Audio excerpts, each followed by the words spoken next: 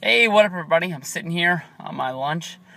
Damn, it's a long day today. I stayed up way too late last night talking about UFC. Going to work today. I'm on my lunch. I'm sitting here listening to the JR show on my iPod, and I'm falling asleep. So I was like, hey, what is out there that I can talk to you guys about? A little bit of wrestling going on in the world these days. Go out there, search through all the wrestling news sites. Not a damn story in sight. I don't know if WWE's not running shows because of the 4th of July weekend and there's just no news or anything going out there. So I dipped around. I've already talked about a few of the matches that have already been named for Battleground. But I thought I would give you a little bit of my insight on the upcoming Intercontinental Championship Battle Royal.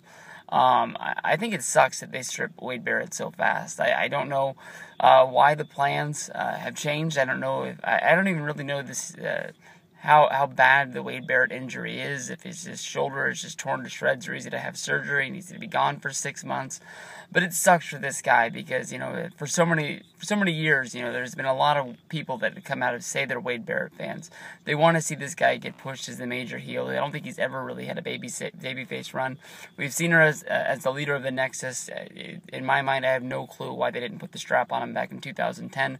I think he would be a different kind of character today if they would have had the confidence behind him and gave it to him at that point. But I think he'd be a lot better than what Jack Swagger is today. Jack Swagger got the strap in 2011? I can't remember what year that was. 2010 is when I went to SummerSlam. That was started in Nexus. Around Survivor Series is when he really should have won it. He should have won that one, but then we never would have got the cash into the Miz. That would have been great. But, Swagger, he cashed in his short little run, and, I think he's still got a lot left in the tank to give WWE. I think there's a lot of people who don't really like Jack that much, so I'm really looking forward to see how this babyface run works for him, and hopefully he can get people jumping back on board with this. But they did strip him, and at the thing, my iPad went to sleep. So far in this Battle Royal, we've got Rob Van Dam, which seems to be getting added into about any kind of match that just they don't really need him in. I know that he went to the Los Angeles tapings at Staples Center. He asked to sort of get brought back into the plans for WWE. He didn't know why he wasn't in the fold for WrestleMania. And it seems like ever since he came back with this return, he's just been sort of put into just about anything that doesn't matter in the long run. We've seen him in the Money in the Bank. I don't think anybody really picked him to win the deal. He was in the Cesaro and Swagger three-way match, which didn't really make sense since it was the breakup of Cesaro and Swagger, and we never really got a one-on-one. From there, we also got Damian Sandow, no chance in hell. Alberto Del Rio, no chance in hell. Ryback, I would really love to see this guy get picked. When I was making my videos about the Money in the Bank, I thought this would be an easy way to really redo Ryback. The way that this guy has fallen since he's been tagging with Curtis Axel.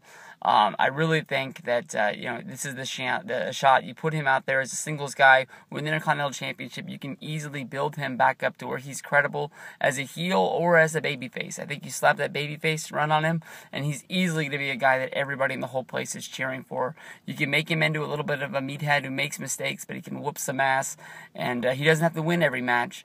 But the fans really loved cheering for this guy just a few years ago, and I really think that it's not too late on him. Curtis Axel, no chance in hell.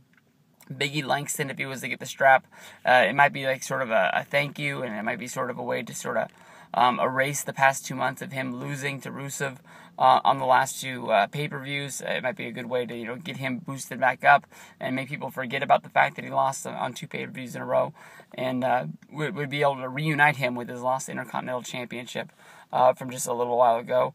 Dolph Ziggler, I'd really love to see him get any title wrapped around his waist, but to me, honestly, I want to see him, especially after that Money in the Bank performance, get pushed back up in that main event. Even if he's not going after the title, but just be in that, in that name bracket. I don't want to see him hovering around the Intercontinental Championship or the United States Championship. We've seen him in that role for too long, and us as fans have really wanted to see him move on to the next level, especially after WrestleMania 29.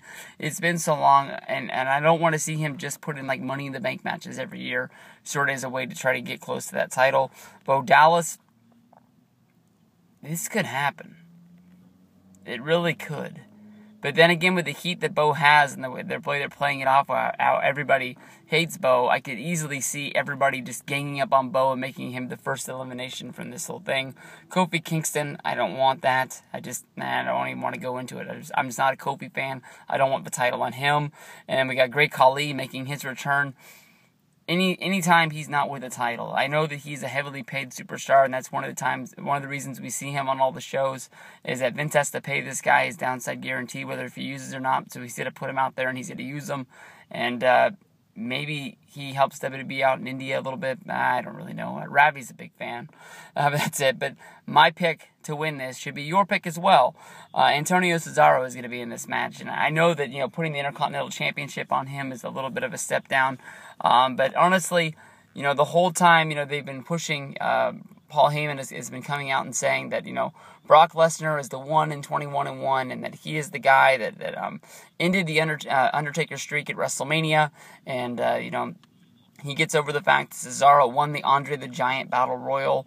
It's a shame that they're not still carrying around that trophy. You go back to that Monday Night Raw after WrestleMania with Paul Heyman holding up the huge Andre the Giant off the top of it after Jack Swagger broke in, just still being so proud of the fact that he was the Andre the Giant champion. And I don't want to see him go into a Battle Royal and not win that first Battle Royal since being in there. As I was saying that, I was trying to make sure he wasn't in that Battle Royal on Raw, but I believe he was already in that match from winning winning a qualifying match, so he wouldn't have been in that one that Roman Reigns won.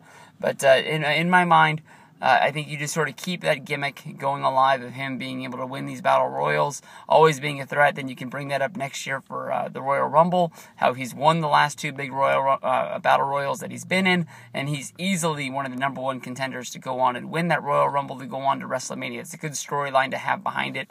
Then when you have Brock come back and you have Brock beat Cena at SummerSlam, if that happens, then you have Heyman having two champions in his little stable, or he's got the World Heavyweight Championship. Well, he'd have three belts. They all could wear one. Heyman can come walking down with the World Heavyweight Championship while Brock wears the WWE one, and then you got Cesaro coming down.